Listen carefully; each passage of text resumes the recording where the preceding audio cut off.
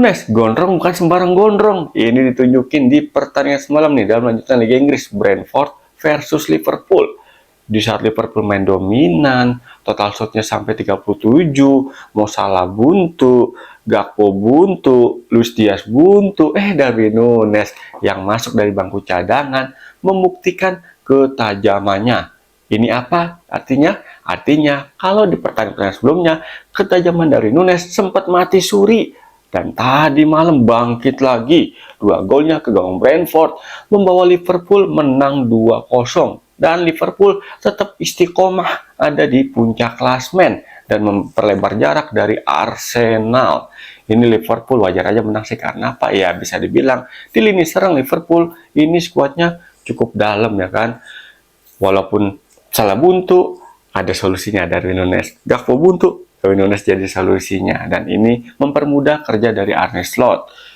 Di saat Liverpool menang, Arsenal kehilangan 3 poin dan harus puas meraih cuma 1 poin doang. Sempat unggul 2-0 lawan Aston Villa. Aduh, sayang banget.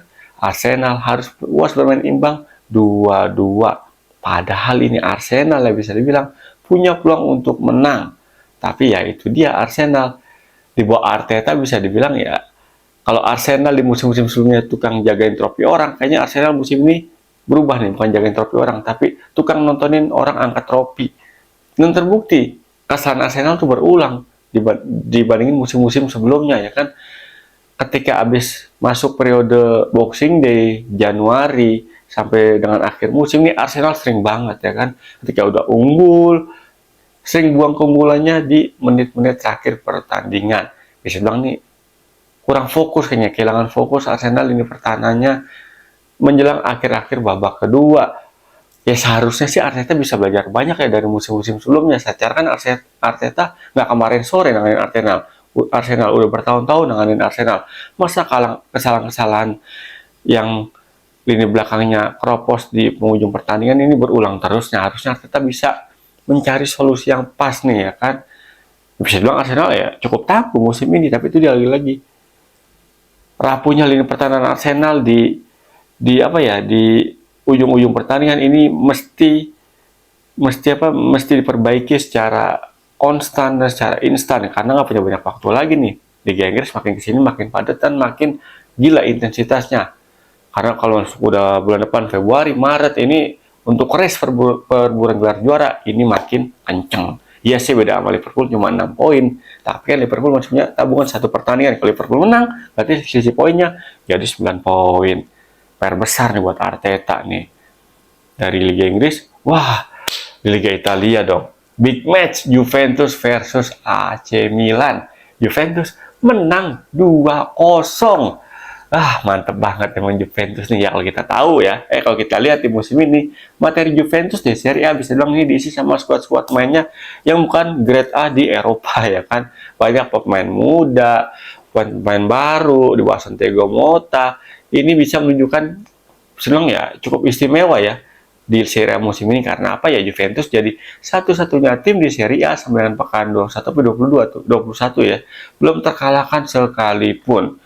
Menangnya 8 kali, kalahnya 0 kali, serinya 13 kali. Emang Juventus nih doyan seri musim ini nih, tapi ya belum terkalahkan. Dan Juventus untuk sementara bercokol di peringkat 4 dan mengalahkan tim sekelas AC Milan semalam ini mungkin menjadi salah satu sinyal kebangkitan Juventus setelah seri ya kan, kebanyakan. Akhirnya Liverpool Juventus bisa menang 2-0 di pertandingan semalam.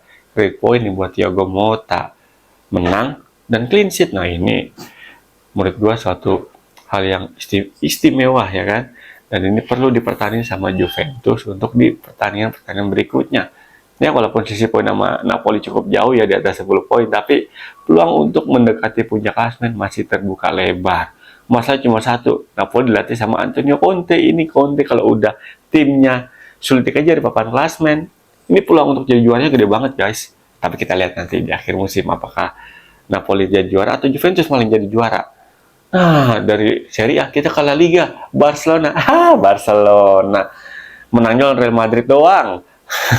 Sering jagonya lawan Real Madrid. Lawan tim sekota Real Madrid, Getafe malah imbang 1-1. Padahal kemarin di Piala Super Spanyol, abis ngalahin Real Madrid ayam-ayamin sama Barcelona ya kan, dengan skor yang skor cukup mencolok lagi 2-5 apa 4-2 tuh ya kan. Tapi lawan Getafe cuma imbang 1-1. Aduh, dan Barcelona gagal mendekati Atletico Madrid yang ada di puncak klasmen. Ya, Barcelona bisa dibilang di musim ini di La Liga ya, bisa dibilang ya angin-anginan juga sih. Karena apa? Ya, lini pertahanannya lagi-lagi menjadi PR besar nih. Karena apa ya, lini pertahanannya bilang kokoh nggak juga. Karena ya di beberapa match ini kelihatan banget cukup kropos lini pertahanan Barcelona, dan kayaknya sih Barcelona mesti bermain di lini pertahanan yang grade-nya grade A nih, yang sekelas Pique ataupun sekelas Puyol ya kan. Kalau ngandelin siapa lini pertahanan Kunde ataupun yang lainnya kurang. Ini sulit banget, apalagi bersaing di Serie A, di Copa del Rey masih main, apalagi di UCL juga ya. Barcelona mesti ada penambahan pemain di sektor pertahanan yang grade-nya grade A. Gimana menurut kalian? Punya pendapat lain? Kalau punya pendapat lain, silakan tulis di kolom komentar. Oh, thank you banget yang udah nonton konten gua Pendeta Abangan bersama Guru Anjay. Ketemu lagi di konten-konten Pendeta Abangan berikutnya. Salam olah bola.